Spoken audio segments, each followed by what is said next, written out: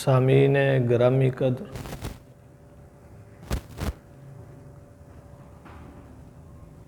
اللہ تعالیٰ نے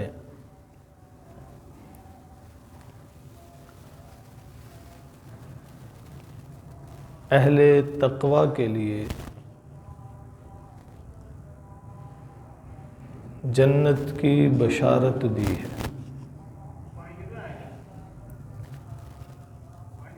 اور اہل تقوی کے چند اوصاف بیان فرمائے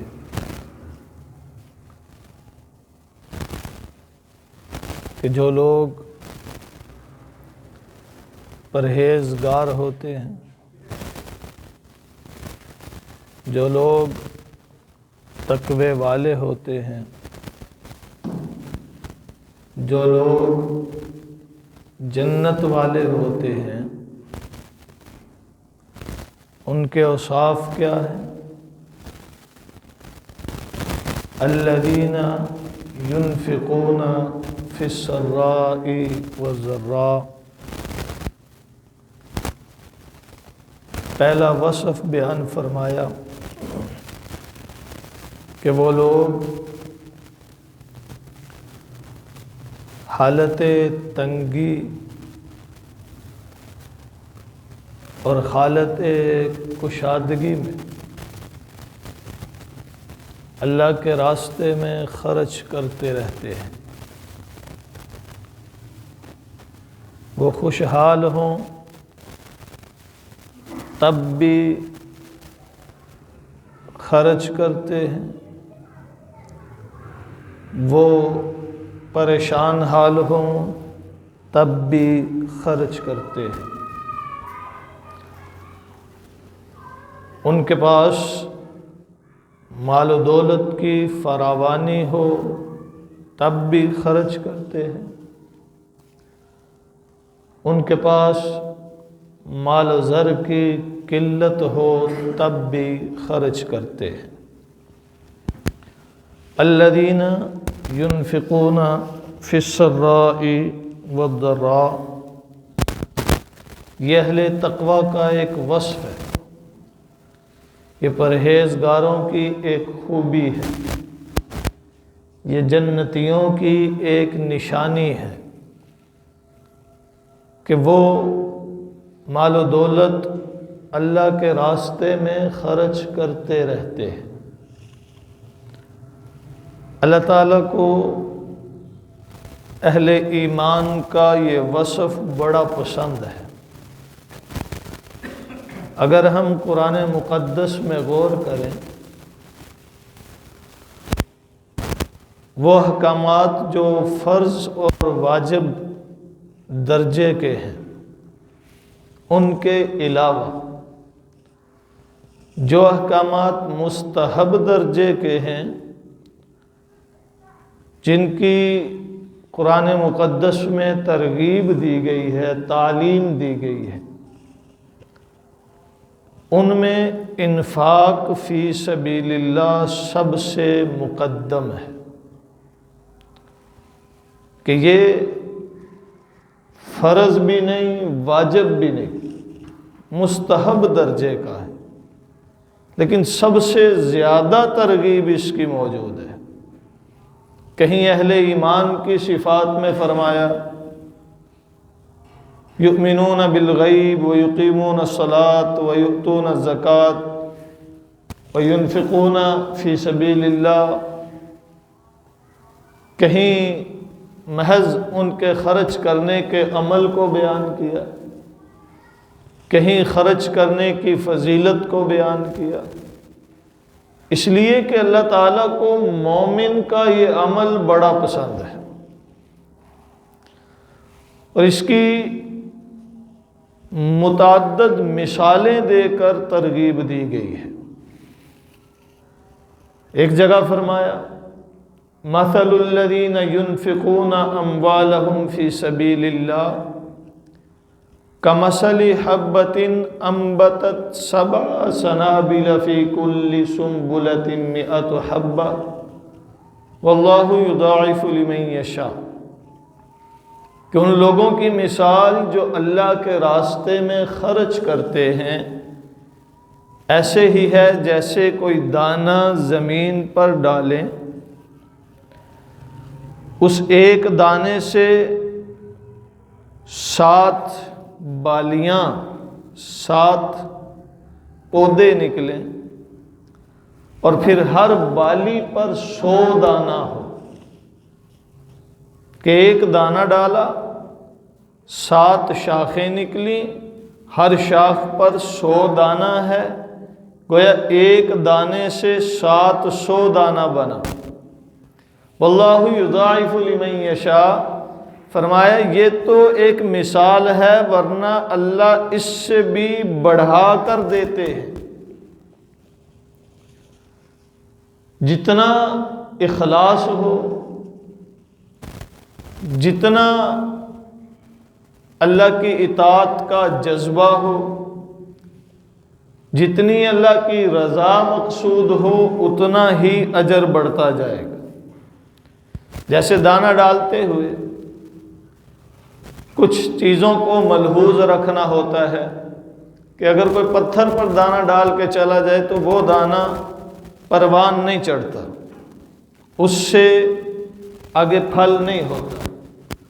اگر دانہ اس قابل نہ ہو کہ اگ سکے تو اس سے بھی پھل نہیں ملتا، وہ بھی مفید نہیں ہوتا۔ اس کے لیے بھی لازمی ہوتا ہے کہ جس زمین میں ڈالا جا رہا ہے وہ زمین اس قابل ہو کہ وہ دانے کو اگائے، اور دانہ اس قابل ہو کہ اگنے کی صلاحیت رکھتا ہو۔ کاشتکار فن کاشتکاری سے آگاہ ہو، جسے پتہ ہو کہ یہاں یہ دانہ اس وقت پانی چاہے گا، اس وقت اس کی گوڈی کرنی ہوگی، اس وقت یہ چیز درکار ہے، اس وقت یہ چیز درکار ہے۔ اسی طرح جب اللہ کے راستے میں دیں تو دینے والے کا اخلاص ہونا چاہیے، اللہ کی رضا کے لیے، اللہ کی خوشنودی کے لیے، دکھاوے کے لیے نہ دے، یہ بتانے کے لیے نہ دے کہ میں بڑا دینے والا ہوں، اس لیے نہ دے کہ لوگ میری تعریف کریں، بلکہ خالصتاً اللہ کی محبت میں دینے والا ہو، پھر حلال کمائی سے دینے والا ہو، کہ اگر کمائی حلال نہیں ہے، جو اللہ کے راستے میں دیا جا رہا ہے اس کا حصول درست طریقے سے نہیں تو اس کی بھی ضرورت نہیں، کہ اللہ کو سوائے حلال کے مومن سے اور کچھ نہیں چاہیے۔ یعنی اگر حرام کمائی کا دیا ہوگا تو وہ اللہ کے یہاں مقبول نہیں ہے، تو دینے والے کا اخلاص ہو، جو دے رہا ہے حلال کمائی سے ہو، اور جسے دے رہا ہے وہ مستحق بھی ہو۔ غیر مستحق کو دیں گے تو ایسی ہے جیسے پتھر پہ دانہ ڈالا ہے، وہاں نہیں اگتا۔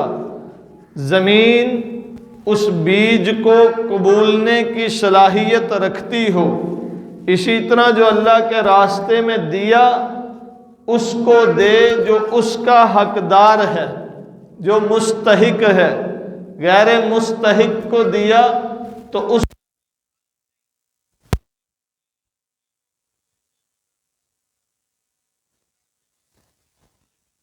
اخلاص کے ساتھ دے گا، حلال کمائی سے دے گا، مستحق کو دے گا، تو پھر یقیناً وہ 1 روپیہ 700 سے بھی بڑھ کر عند اللہ مقبول ہے۔ اور پھر ایک روایت میں آتا ہے کہ ایک نیکی اللہ 10 گنا کر کے لیتے ہیں، تو پھر وہ 700 بھی 7000 بن جاتا ہے۔ تو عزیزان من، اللہ کے راستے میں دینا یہ اللہ کو بڑا پسند ہے۔ تنگ ہوں تب بھی، خوشحال ہوں تب بھی۔ خوشحالی میں تو لوگ دیتے ہیں، تنگ دستی میں دینا یہ اور بڑا کمال ہے کہ کھانے کو خود کے پاس کچھ نہیں، سوالی آ جائے اپنے اوپر اسے ترجیح دیں، جیسا کہ حضرت علی رضی اللہ تعالی عنہ اور حضرت فاطمہ رضی اللہ تعالی عنہا ایک دفعہ روزہ رکھا ہوا تھا، شام کو کھانے کے لیے لائے، کھانا کھانے بیٹھے ہیں، دروازے پہ دستک ہوئی، سوالی آیا، سوچا افطار کر لیں پھر دیں، پھر یہ ذہن میں آیا کہ نہیں، جو آیا ہے شاید ہم سے زیادہ بھوکا ہو، کھانا اٹھایا اسے دے دیا۔ خود فاقے کرتے ہیں لیکن در پہ آنے والے کو خالی نہیں جانے دیتے۔ اللہ نے انصار کا ذکر کرتے ہوئے فرمایا، انصار صحابہ وہ ہیں وَيُؤْثِرُونَ عَلَىٰ أَنفُسِهِمْ وَلَوْ كَانَ بِهِمْ خَصَاصَةٌ، وہ اگرچہ مستحق بھی ہوتے ہیں، اگرچہ خود ضرورت مند ہوتے ہیں، اگرچہ خود کو بھی حاجت ہوتی ہے، لیکن اپنی جان پر دوسروں کو یہ ترجیح دیتے ہیں۔ ان کا یہ وصف اللہ کو بڑا پسند ہے، ان کی یہ خوبی اللہ کو بڑی بھا گئی ہے۔ تو عزیزان من، جو اللہ کے راستے میں ہر حال میں خرچ کرنے والے ہوں وہی اہل تقوی ہیں، وہی پرہیزگار ہیں، وہی اہل جنت ہیں۔ اللہ کو خرچ کرنے والے بڑے پسند ہیں۔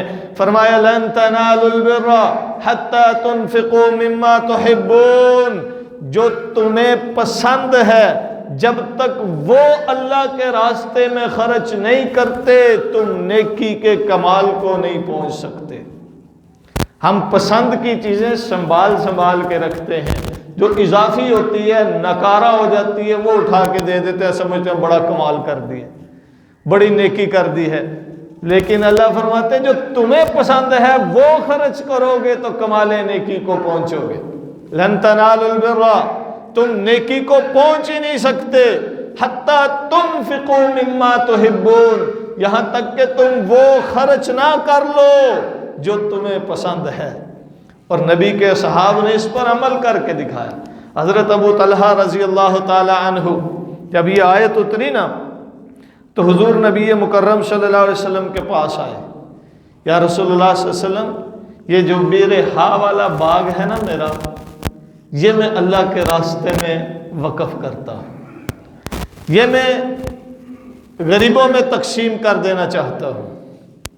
یہ باغ، اس کے اندر ایک کنواں بھی تھا، اب یہ مسجد نبوی کے حال میں موجود ہے، اور اوپر قالین بچھے ہوتے ہیں، وہ نشان بھی ختم ہو گیا ہے۔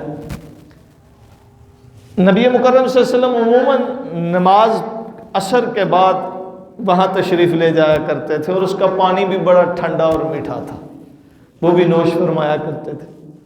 تو یہ ایک تو مسجد کے قریب تھا، آسانی سے مسجد بھی آ جا سکتے تھے حضرت ابو طلحہ، دوسرا بڑا زرخیز تھا، کنواں اپنا باغ میں موجود تھا۔ تو یا رسول اللہ، مجھے سب سے زیادہ یہ پسند ہے اور میں اسے اللہ کے راستے میں وقف کرتا۔ یہ جذبہ تھا ان کا، یہ شوق تھا ان کا کہ جو سب سے زیادہ محبوب چیز ہے وہ ہم اللہ کے راستے میں خرچ کریں گے تو پھر اللہ ہماری نیکی کو قبول کریں گے، پھر اللہ ہماری نیکی کو قبول کریں گے۔ اور وہ اپنی اس کوشش میں لگے رہتے تھے کہ اللہ کے یہاں ہماری نیکی مقبول ہو جائے، اللہ ہماری نیکی کو قبول کر لے۔ اپنے پاس رکھنے کی فکر نہیں ہوتی تھی، صرف اللہ کے یہاں مقبول ہونے کی فکر ہوتی تھی۔ جب نبی مکرم صلی اللہ علیہ وسلم نے غزوہ تبوک کے لیے چندے کا اعلان کیا کہ چندہ جمع کیا جائے، تو حضرت ابوبکر صدیق اپنے گھر کی ایک ایک چیز اٹھا لائے، یا رسول اللہ یہ سب کچھ لے آیا، اللہ قبول کر لے، اللہ کے رسول کے یہاں مقبول ہو جائے۔ حضرت عمر فاروق رضی اللہ تعالیٰ نے اپنے گھر کے ٹوٹل سامان کو 2 حصوں میں تقسیم کیا، آدھا اپنے پاس رکھا، آدھا اٹھا کے لے۔ یہ خرچ کرنے کا جذبہ اور شوق تھا کہ جہاں بھی ضرورت پڑی وہاں خرچ کیا ہے، اور اللہ کو یہ خرچ کرنے والے بڑے پسند ہیں۔ اللہ فرماتے ہیں یہی وہ لوگ ہیں جو اپنی جانوں اور مالوں کے بدلے میں اللہ سے جنت خریدتے ہیں۔ ان اللہ اشتری من المؤمنین انفسهم واموالهم بان لهم الجنہ، اللہ نے ان کی جانوں ان کے مالوں کے بدلے میں ان کو جنت دی۔ انہوں نے اللہ سے یہ سودا کیا ہے، اللہ سے سودا کرنا، اللہ سے تجارت کرنا۔ حضور نے فرمایا کہ اللہ سے تجارت کرنے والا یعنی اللہ کے راستے میں خرچ کرنے والا گھاٹے میں نہیں جاتا، گھاٹے میں نہیں جاتا۔ اللہ خود فرماتے وَأَقْرِضُوا اللَّهَ قَرْضًا حَسَنًا، دنیا میں تمہیں سود کی اجازت نہیں ہے، لیکن میرے ساتھ اللہ فرماتے ہیں سود کا معاملہ کرو، میرے ساتھ سود کا لین دین کرو کہ تم مجھے 1 دو گے میں 700 بنا کے لوٹاؤں گا، سود کے ساتھ لوٹاؤں گا۔ اللہ فرماتے ہیں مجھے قرض حسنہ دو تو میں تمہیں بہترین بدلے کے ساتھ لوٹاؤں گا۔ اللہ کے یہاں سودا کرنا گھاٹے کا نہیں ہے، خسارے کا نہیں ہے۔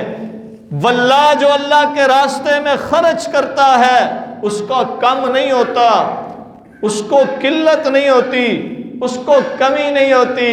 تو اللہ کو وہ لوگ پسند ہیں جو ہر حال میں خرچ کرتے ہیں، خوشحال ہوں تب بھی، تنگ دست ہوں تب بھی، مال و دولت ہو تب بھی، نہ ہو تب بھی ان کی یہ کوشش رہتی ہے کہ ہم اللہ کے بندوں پر خرچ کریں۔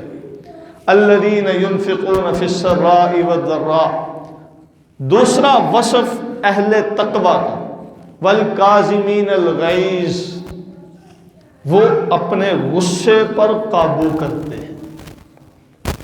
دوسرا وصف اپنے غصے پر کنٹرول کرتے ہیں، غصے کا گھونٹ پی جاتے ہیں۔ نبی مکرم صلی اللہ علیہ وسلم نے فرمایا کہ جو اپنے غصے کو پی جاتا ہے اللہ تعالیٰ اس پر اپنا جلال ختم کر دیتے ہیں۔ اور ایک روایت میں آتا ہے کہ اللہ فرماتے ہیں جو میرا بندہ میرے بندوں پر غصے کے وقت قابو کر لیتا ہے تو میں اپنے جلال کے وقت اسے درگزر کروں گا، یعنی مجھے اس پر غصہ آئے گا تو میں بھی درگزر کروں گا جس طرح اس نے میرے بندوں پر سے درگزر کیا۔ تو غصے کی وجہ سے بڑے معاملات بگڑتے ہیں، چونکہ غصہ شیطان کی جانب سے ہوتا ہے۔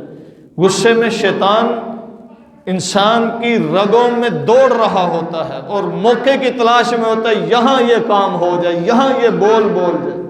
اور غصے میں ایسے ایسے کام بندہ کر جاتا ہے کہ جب غصہ ٹھنڈا پڑتا ہے تو پھر پچھتاتا ہے یہ کیا کرتی، یہ کیا بول دی۔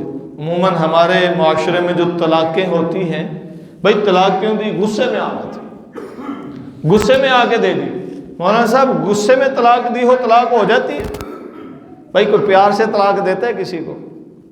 غصے سے ہی تو دیتے ہیں، جھگڑا ہوا، غصہ آیا، بول دیا، بعد میں پچھتاتے۔ تو غصے کو قابو کرنا ہے۔ والکاظمین الغیظ، اللہ فرماتے ہیں اہل تقوی کا دوسرا وصف یہ ہے کہ وہ غصے کو قابو میں رکھتے ہیں۔ غصہ آتا ہے، یہ انسانی فطرت میں ہے، انسانی جبلت میں ہے، یہ انسان کا حصہ ہے، اس کو نکالا تو نہیں جا سکتا، اس کے ہوتے ہوئے اسے کنٹرول کیا جا سکتا ہے کہ غصے کے وقت اپنے آپ کو روک لے، اپنے ہاتھوں کو، اپنی زبان کو، اپنے آپ کو کنٹرول کرے۔ جب اپنی زبان، اپنے ہاتھ، اپنے عمل، اپنے فعل پر قابو پا لیا تو سمجھ جائیے کہ جس نے اپنے غصے پر قابو پا لیا وہ اللہ کے یہاں مقبول ہو گیا، اس کے اندر اہل جنت کا وصف آ گیا ہے۔ اللہ کو غصہ کنٹرول کرنے والے، غصہ قابو رکھنے والے لوگ محبوب ہوتے ہیں۔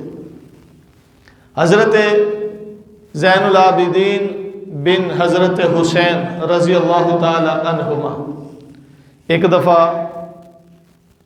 آپ کو آپ کی لونڈی وضو کروا رہی تھی، وہ جیسے برتن میں وضو کیا جاتا تھا، اب آج کل تو ٹوٹیاں ہیں، جب یہ ٹوٹیاں اور یہ نلکے وغیرہ نہیں ہوتے تھے تو کنووں سے پانی نکالا، وہ لوٹے میں ہو یا کسی بھی برتن میں، تو وہ دوسرا آدمی وضو کرواتا ہے۔ اب آپ کی لونڈی غلام آپ کو وضو کروا رہی ہے، آپ وضو کر رہے ہیں کہ اس کے ہاتھ سے وہ برتن پانی والا گرا اور آپ کے چہرے پر جا لگا۔ حضرت زین العابدین رضی اللہ تعالی عنہ زخمی ہو گئے اور غصے میں اس کی طرف دیکھا۔ وہ پڑھی لکھی تھی لونڈی پڑھی لکھی تھی۔ جب دیکھا نا کہ امام زین العابدین میری وجہ سے زخمی بھی ہو گئے ہیں اور اب غصے میں ہیں، تو فوراً بولی والکاظمین الغیظ، اللہ کو غصہ قابو کرنے والے پسند ہیں۔ فوراً امام زین العابدین نے اپنا چہرہ نیچے کر لیا، غصہ کنٹرول کر لیا۔ فوراً بولی والعافین عن الناس، اور معاف کرنے والے بھی اللہ کو بڑے پسند ہیں۔ تو امام زین العابدین نے فرمایا معاف کیا۔ پھر آگے بولی واللہ یحب المحسنین، نیکی کرنے والوں کو بھی اللہ پسند کرتا ہے۔ تو فرمانے لگے جا تجھے آزاد کیا، جا تجھے آزاد کیا۔ یہ وہ لوگ تھے کہ قرآن آ گیا، اللہ کا حکم آ گیا، تو پھر اس کے بعد اپنا ارادہ نہیں، اس کے بعد اپنی خواہش نہیں، اس کے بعد اپنے آپ کو پیش نہیں کرنا۔ حضرت علی رضی اللہ تعالیٰ عنہ کے حوالے سے ایک روایت آتی ہے کہ ایک دفعہ حضرت علی رضی اللہ تعالیٰ عنہ اپنے دشمن پر غالب آ گئے، اسے بچھاڑ دیا، تلوار نکال لی میان سے، اس کا سر قلم کرنے لگے، اس نے تھوک دیا حضرت علی کے رضی اللہ تعالیٰ عنہ کے چہرہ انور پہ تھوک دیا، کرم اللہ وجہ۔ حضرت علی رضی اللہ تعالیٰ عنہ کے لیے ایک لفظ بولتے ہیں کرم اللہ وجہ، باقی صحابہ کے لیے عموماً نہیں بولا جاتا، حضرت علی کے لیے بولتے ہیں حضرت علی کرم اللہ وجہ، حضرت علی رضی اللہ تعالیٰ عنہ، دونوں بولتے ہیں۔ اب کرم اللہ وجہ صرف حضرت علی کے نام کے ساتھ آتا ہے، اس کی کیا وجہ ہے؟ کرم اللہ وجہ کا مطلب یہ ہے کہ اللہ ان کا چہرہ روشن رکھے، اللہ ان کا چہرہ منور رکھے۔ اس کی وجہ یہ ہے کہ حضرت علی بچپن میں اسلام لائے تھے اور ساری زندگی کبھی بت کے سامنے نہیں جھکے، تو جو چہرہ کبھی کسی غیر کے سامنے جھکا نہیں، وہ چہرہ روشن ہے۔ اور کرم اللہ وجہ، اللہ اس چہرے کو ہمیشہ روشن رکھے، تو اس روشن چہرے پر اس نے تھوک دیا۔ حضرت علی فوراً پیچھے ہٹ گئے، چھوڑ دیا اسے، جسے مار رہے تھے اسے چھوڑ دیا۔ لوگوں نے پوچھا چھوڑ کیوں دیا، اب تو وہ قابو آیا تھا۔ فرمانے لگے پہلے میں اللہ کی رضا اور خوشنودی کے لیے لڑ رہا تھا، اور اب اگر میں اس کی گردن مارتا، اس کا سر تن سے جدا کرتا، تو اس میں میری ذات کا دخل ہو سکتا تھا کہ غصے میں آ کے میں نے قتل کیا ہے، اپنے لیے قتل کیا ہے، میں نے اس لیے چھوڑ دیا کہ میں اپنے لیے اسے نہیں ماروں گا، جب بھی مارتا ہوں اللہ کے لیے مارتا ہوں، میری محبت بھی اللہ کے لیے، میری نفرت بھی اللہ کے لیے، میرا پیار بھی اللہ کے لیے، میرا غصہ بھی اللہ کے لیے۔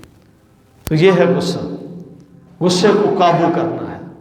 حضور علیہ الصلوۃ والسلام نے فرمایا پہلوان وہ نہیں جو میدان میں لوگوں کو بچھاڑ لے، پہلوان وہ نہیں جو لوگوں کو گرا لے، پہلوان وہ ہے جو اپنے غصے پر قابو پا لے۔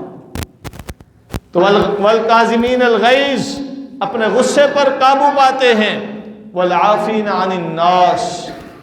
تیسرا وصف اہل تقوی کا کہ وہ لوگوں کو معاف کرتے ہیں، درگزر کرتے ہیں۔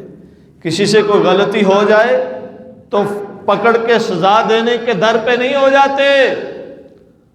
اہلیہ سے غلطی ہو گئی تو تھپڑ دے مارا، بچے سے غلطی ہو گئی تو مار دیا۔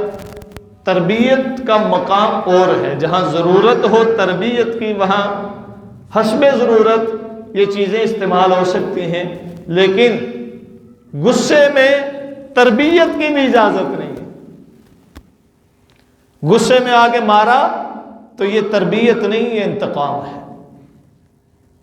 تربیت، بچے نے سبق نہیں سنایا اسے ڈانٹا، بچے نے شرارت کی اسے ڈانٹا، یہ بغیر غصے کے ہے تو تربیت۔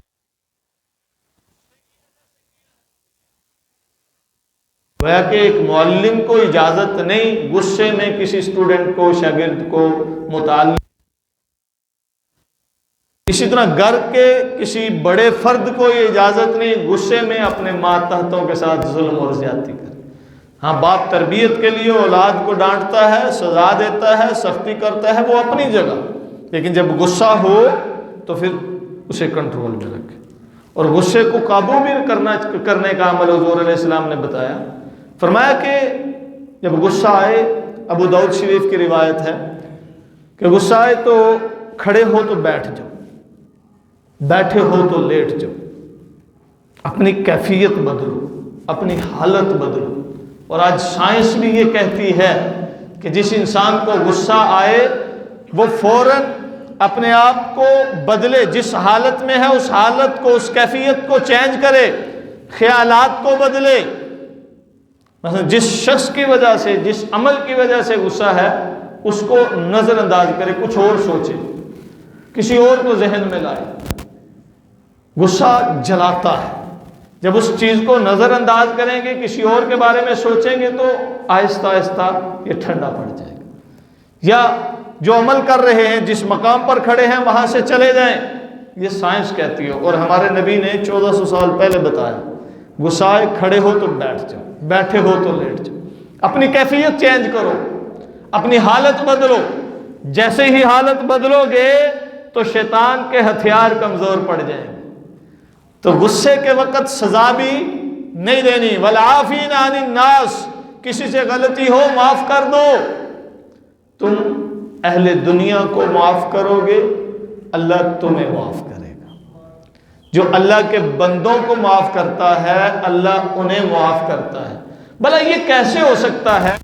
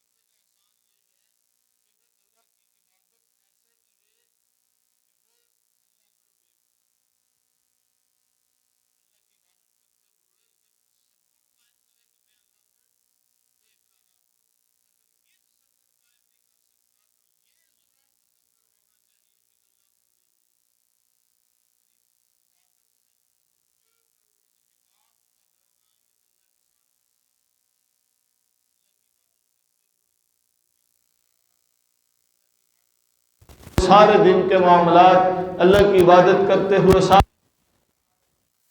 ذہن میں دوڑ رہے، کوئی اللہ کے سامنے کھڑے ہو اور خیالات بھٹکے ہوں، کسی بڑے کے پاس چلے جائیں تو صرف وہی پیش نظر ہوتا ہے، کسی اور کے بارے میں سوچتے بھی نہیں۔ کوئی افسر بلا لے، پولیس والا بلا لے، جج کے پاس کھڑے ہوں تو صرف یہی ہوتا ہے اب پتہ نہیں یہ کیا فیصلہ کرے گا، یہ کیا بات کرنے والا ہے، میں نے اس کو کیا بات کرنی ہے، میں نے کیا جواب دینا ہے۔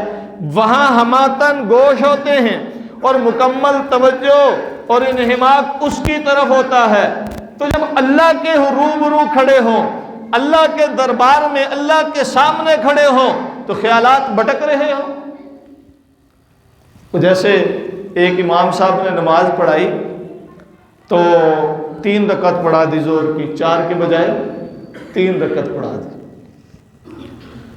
اب سلام پھیرا 3 رکعت کے بعد تو کوئی بھی نہ بولا، ایک آدمی کھڑا ہو گیا، امام صاحب آج خیر ہے 3 رکعت پڑھائی ہیں؟ امام کہنے لگے 4 پڑھائی ہیں، باقی نمازی بھی کہنے لگے 4 پڑھائی ہیں۔ وہ کہتا ہے نہیں حضرت جی 3 ہی ہوئی ہیں۔ بھائی تو کیسے کہہ سکتے 3 ہوئی ہیں؟ کہنے لگا جی میں تو ابھی 4تھی دکان کا حساب ہی نہیں کیا، ابھی 3 دکانوں کا حساب ہوا تھا، میں 4 رکعت میں 4 دکانوں کا حساب کرتا ہوں، ابھی میری 3 دکانوں کا حساب ہوا ہے، 4تھی کا رہتا ہے۔ یہ اندازہ لگائیں، یہ ہماری نمازیں ہیں۔ جب ان نمازوں میں بھی دنیا ہی رہنی ہے، اللہ کے سامنے کھڑے ہو کر بھی دنیا کا ہی خیال رہنا ہے تو یہ احسان نہیں ہے۔ اللہ احسان کرنے والوں کو پسند کرتا ہے۔ اللہ کے ساتھ احسان یہ ہے کہ جب عبادت کریں تو صرف اللہ ہی سامنے ہو اور کچھ بھی نہ ہو، اور بندوں کے ساتھ احسان یہ ہے کہ بندوں کے ساتھ اچھائی والا معاملہ کریں، انہیں دینی اور دنیاوی اعتبار سے فائدہ پہنچائیں اور انہیں نقصان سے بچائیں، دینی اور دنیاوی اعتبار سے کاروبار میں ان کا بھلا کریں، کسی کے ساتھ ظلم زیادتی نہ کریں، دھوکہ نہ کریں، کسی کو مشورہ دیں اچھا دیں، کسی کے ساتھ معاملہ کریں اچھے طریقے سے کریں، ان کی دین کی حالت دیکھیں بگڑی ہوئی ہے، اصلاح کرنے کی کوشش کریں، تربیت کرنے کی کوشش کریں، کوئی راہ ہدایت سے ہٹ رہا ہے اسے پکڑیں، سمجھائیں، دین کے اعتبار سے بھی دنیا کے اعتبار سے بھی۔ جب بندوں کے لیے اچھا سوچنا شروع کر دیں گے تو یہ بندوں کے ساتھ احسان ہے۔ تو واللہ یحب المحسنین، احسان کرنے والوں کو اللہ پسند کرتا ہے۔ تو 4 وصف ہیں اہل تقویٰ کے، ایک کہ وہ ہر حال میں اللہ کے راستے میں خرچ کرتے ہیں، تنگ دست ہو تب بھی، خوشحال ہو تب بھی، والکاظمین الغیظ، غصے پر قابو رکھتے ہیں، والعافین عن الناس، لوگوں کو معاف کرنا سیکھ جاتے ہیں، اور واللہ یحب المحسنین، ہر حال میں احسان کرتے ہیں، اللہ کے ساتھ بھی بندوں کے ساتھ بھی۔ یہ صفات ہیں اہل تقویٰ کی، اور اہل تقویٰ کون ہیں؟ اللہ فرماتے ہیں وہ جن کے لیے میں نے جنت بنائی۔ کون سی جنت؟ جہاں انہوں نے جا کے ہمیشہ رہنا ہے۔ تو اہل جنت، اہل تقویٰ وہ ہیں جن میں یہ صفات پائی جاتی ہیں۔ آئیے ہم اپنا محاسبہ کریں کہ ہم کہاں کمزور ہیں اور اپنے آپ کو ان صفات کے مطابق ڈھال کر کے اہل تقویٰ کی صف میں شامل ہوں، اللہ کے مقبول بندوں میں شامل ہوں۔ اللہ سمجھنے عمل کرنے کی توفیق بخشے۔